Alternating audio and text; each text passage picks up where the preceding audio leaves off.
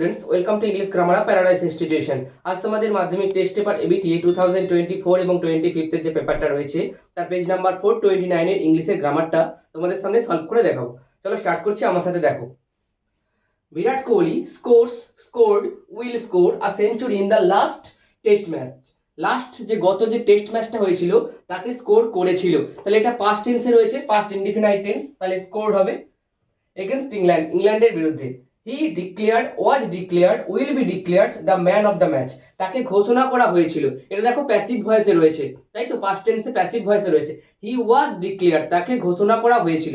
একটা হচ্ছে helping verb হয়েছিল, একটা ঘোষণা করা, একটা মেন ভার্ব, সেজন্য কি হবে ওয়াজ ডিক্লেয়ার্ড, তাকে ঘোষণা করা হয়েছিল।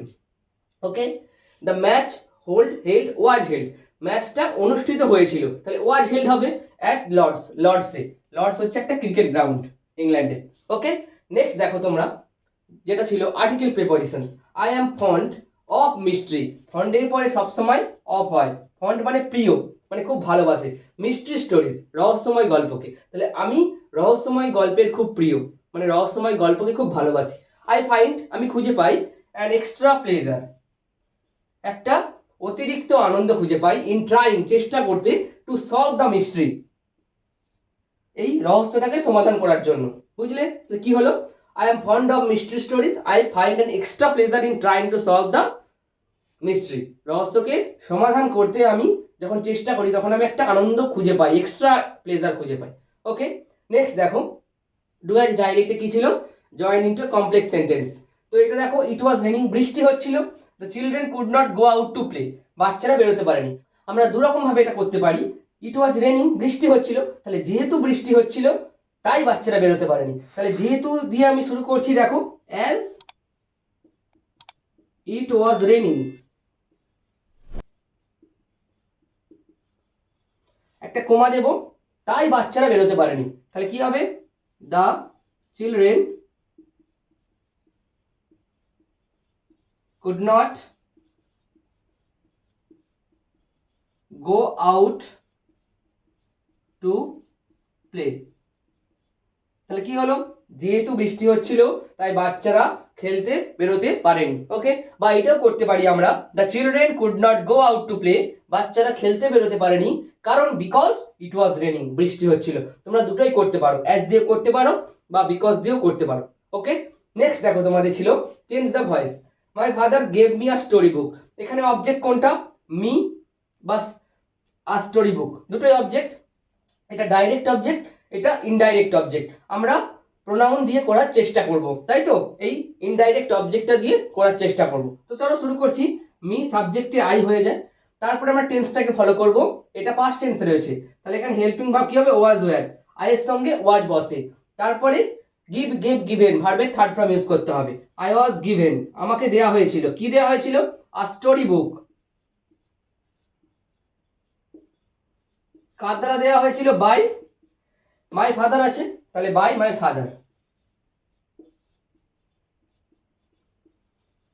ওকে, নেক্সট দেখো, তোমাদের ছিল change into indirect speech, narration change ছিল।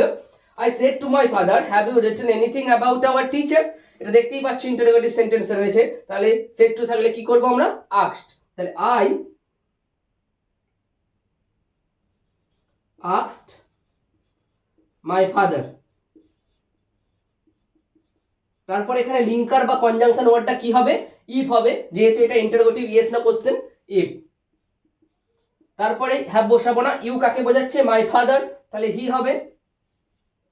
তারপরে হ্যাভ এর পাস্ট কি, হ্যাড, কেন পাস্ট করলাম, কারণ রিপোর্টিং ভার্ব পাস্টে হলে রিপোর্টেড স্পিচও পাস্টে হয়, তাই তো, তাহলে হ্যাভ এর পাস্ট হ্যাড, রিটেন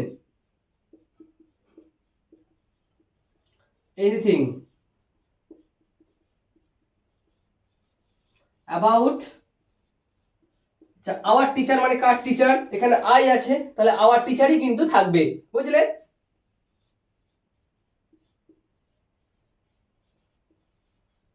ক্লিয়ার হলো, তাহলে বুঝলে কি হলো, I asked my father if he had written anything about our teacher. Clear, এটা প্রেজেন্ট পারফেক্ট রয়েছে, পাস্ট পারফেক্ট করলাম কারণ এটা পাস্ট টেন্সে রয়েছে, এদিকেও কিন্তু আমাকে পাস্টে করতে হবে। ক্লিয়ার, নেক্সট দেখো, তোমাদের ছিল ফ্রেজাল ভার্ব। সামান্ড মানে তলব করা, ওয়াজ সামান্ড ছিল, তার মানে প্যাসিভ ভয়েসে ইউজ হয়েছে ভার্বের থার্ড ফর্ম, তাহলে কল ইন আছে, কলের থার্ড ফর্ম হচ্ছে কল্ড, তাহলে কল্ড ইন।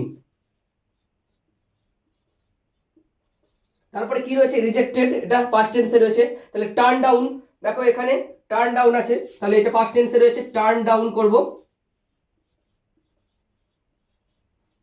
নেক্সটটা কি ছিল, অ্যাপিয়ার, আবির্ভাব হওয়া, এখানে দেখো রয়েছে টার্ন আপ। দেখো এই ছিল তোমাদের পেজ নাম্বার 429 এর ইংলিশের গ্রামারের পুরোপুরি সলভ পেপারটা। তোমরা এগুলো ভালো করে প্র্যাকটিস করো, প্র্যাকটিস করলে অটোমেটিক তোমরা দেখবে 10-12টা করার পরে পেরে যাচ্ছ সব। সো নেক্সট ক্লাসে আবার দেখা হচ্ছে, আজকের মতো রাখছি। Thank you, by.